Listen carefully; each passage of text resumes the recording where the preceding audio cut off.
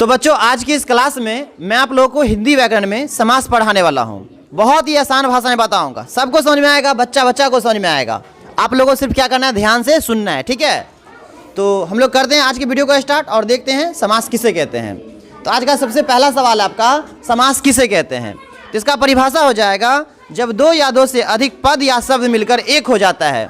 जब दो या दो से अधिक पद या शब्द मिलकर एक हो जाता है उसे समास कहते हैं। सभी को समास का परिभाषा याद हो गया, समझ में आ गया। समास किसे कहते हैं, जब दो या दो से अधिक पद या शब्द मिलकर एक हो जाता है उसे क्या कहते हैं, समास कहते हैं। समास के कितने भेद होते हैं, याद रखिए आप लोग, समास के सिर्फ 6 भेद होते हैं। कितने भेद होते हैं, 6 भेद होते हैं। और उसका याद करने का ट्रिक क्या बताया हूँ, द स्क्वायर अब तक, द स्क्वायर अब तक। द से दो को याद रखना है, अ से एगो, ब से एगो, त से एगो और एगो क से, द स्क्वायर अब तक। तो एगो द से द्वंद्व समास, एगो द से द्विगु समास। द स्क्वायर याद हो गया, द से दुगो, द्वंद्व समास, द्विगु समास। अब से भी याद रखिए, अ से अविभाव समास, अब ब से बहुव्रीहि समास। और तक से क्या याद रखिएगा, त से तत्पुरुष समास और क से कर्मधारय समास। चलिए अब हम लोग एक एक को परिभाषा को देखेंगे और साथ में उदाहरण को भी देखेंगे, पूरा आपको समझ में आएगा।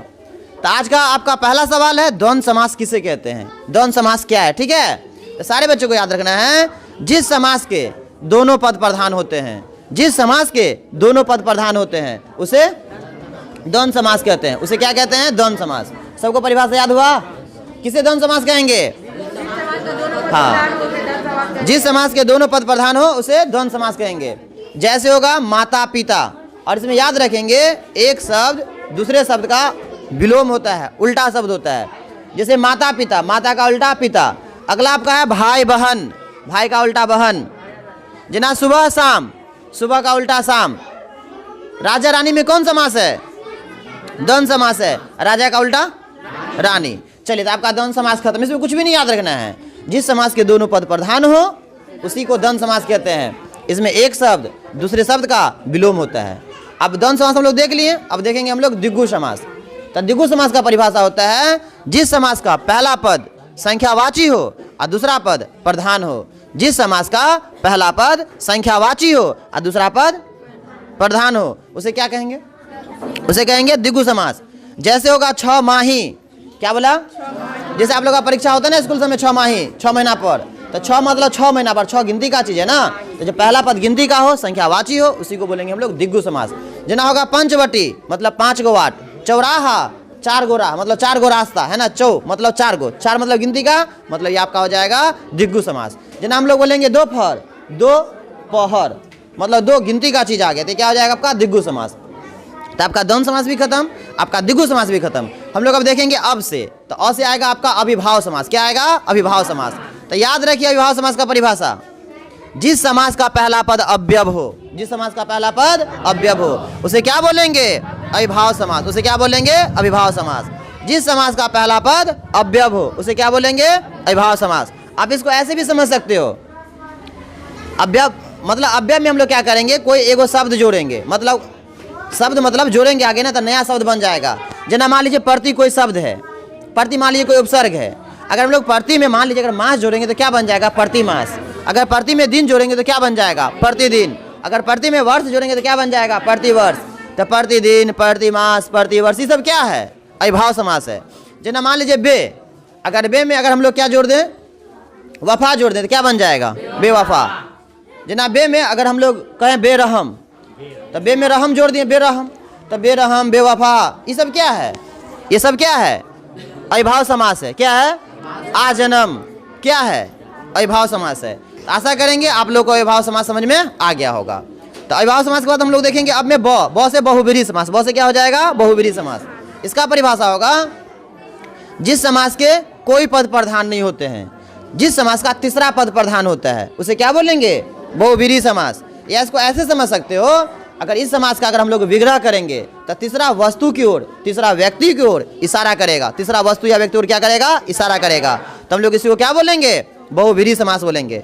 जना बोलेंगे बिना पानी, पानी मतलब हाथ, बिना मतलब एगो यंत्र होता है बजाने वाला, तो जिसके हाथ में बिना हो, किसके हाथ में बिना होता है, सरस्वती जी। तो तीसरा वस्तु की ओर इशारा हो गया ना, व्यक्ति की ओर, तो इसी को हम लोग क्या बोलेंगे, बहुव्रीहि समास बोलेंगे। जना बोलेंगे चंद्रशेखर, जिसके सर पे चांद हो। किसके सर पे चांद होता है? शंकर जी के, महादेव के सिर पे चांद हो। तो तीसरा वस्तु की ओर इशारा हो रहा है ना बाबू, तो हम लोग इसी को क्या बोलेंगे, बहुव्रीहि समास बोलेंगे। क्या बोलेंगे? याद रखना, जिस समास के विग्रह करने पे तीसरा वस्तु की ओर इशारा हो जाता है उसको क्या बोलेंगे, बहुव्रीहि समास। अब बचे आपके पास तक, दो स्क्वायर अब खत्म, अब तक। तो से तत्पुरुष याद रखना है, कौ से याद रखना है, कर्मधारय समास। तो से याद रखिए तत्पुरुष समास। तो तत्पुरुष समास का परिभाषा होता है जिस समास का अंतिम पद प्रधान हो, जिस समास का अंतिम पद प्रधान हो उसे क्या बोलेंगे, तत्पुरुष समास। और याद करने का ट्रिक है, इसमें कारक का चिन्ह का उपयोग होगा। कारक जानते हैं ना, 8 गो होता है, कर्ता कारक, कर्म कारक, करण कारक, और क्या होता है, संप्रदान कारक, अपादान कारक, संबंध कारक, अधिकरण और संबोधन। इसका याद करने का है, चिन्ह के साथ आप लोग याद करेंगे। कर्ता ने क्रम को, करण से, संप्रदान को के लिए, अपादान से, संबंध में, काके की, अधिकरण में, पर संबोधन में है और रे। तो याद रखना है तत्पुरुष समास में कर्ता और जो अंतिम है संबोधन, इसका यूज नहीं होता, बाकी छठों का यूज होता है, ठीक है ना। तो तत्पुरुष समास का उदाहरण होगा आपका राजपुत्र, मतलब राजा का पुत्र। कारक का चिन्ह आया कि नहीं आया, राजपुत्री, राजा की पुत्री, चिन्ह आया कि नहीं आया। जिन्हें हम बोलेंगे रस भरा, रस से भरा, नेत्रहीन, नेत्र से हीन। बात बुझ रहे हैं, ये सब क्या है, तत्पुरुष समास है। अब आपके लास्ट बचे कर्मधारय समास। इसका परिभाषा होता है जिस समास में विशेषण और विशेष्य का बोध होता है। किसका बोध होता है, विशेषण क्या होता है, जो किसी की विशेषता बताता है उसी को हम लोग बोलते हैं विशेषण। जैसे हम बोलेंगे लाल टोपी, तो टोपी की खासियत देंगे लाल होगा, तो यही क्या होगा, आपका कर्मधारय समास होगा। जना बोलेंगे महाकवि, मतलब जो कवि में महान है, कवि की खासियत है कि वो महान होगा, तो इसमें क्या हो जाएगा, आपका कर्मधारय समास होगा। तो इस तरीके से बच्चों आपका समास खत्म हो जाता है। अब मैं आप लोगों में से कुछ बच्चों को खड़ा करवाऊंगा और पूछूंगा जो भी कुछ अभी आपको पढ़ाया गया है। चलिए आप खड़ा हो जाइए। हाँ, आपको बताना है माता पिता में कौन समास, माता पिता में कौन समास, हाँ जोर से बोलिए, द्वंद्व समास। हाँ सब बैठ जाइए। सारे बच्चों को याद रखना, माता पिता में कौन समास, द्वंद्व समास। कला की माता का उल्टा पिता होता है। चलिए स्वाति आप खड़े हो जाइए। आप बताइए बिना पानी में कौन समास, बहुव्रीहि समास। हाँ याद रखिए, बैठ जाइए। बिना पानी में बहुव्रीहि समास क्यों, क्योंकि बिना पानी से सरस्वती जी का बोध हो रहा है, तीसरा वस्तु को बोध हो रहा है, और जब तीसरा वस्तु को इशारा होता है तो हम लोग उसको क्या बोलते हैं, बहुव्रीहि समास बोलते हैं। चलिए निधि आप खड़े हो जाइए और आपको बताना है प्रतिदिन में कौन समास, अविभाज्य समास। हाँ सब बच्चों को याद रखना है, प्रतिदिन में कौन समास, अविभाज्य समास। बैठ जाइए। कोई बच्चा मुझे बताएगा यथाशक्ति में कौन समास है, यथासंभव में कौन समास है। याद रखिए, यथाशक्ति, यथा में शक्ति जोड़ा है, यथा में संभव जोड़ा तब ना यथासंभव, तो इसमें हो जाएगा आपका अविभाज्य समास हो जाएगा। क्या हो जाएगा, अविभाज्य समास।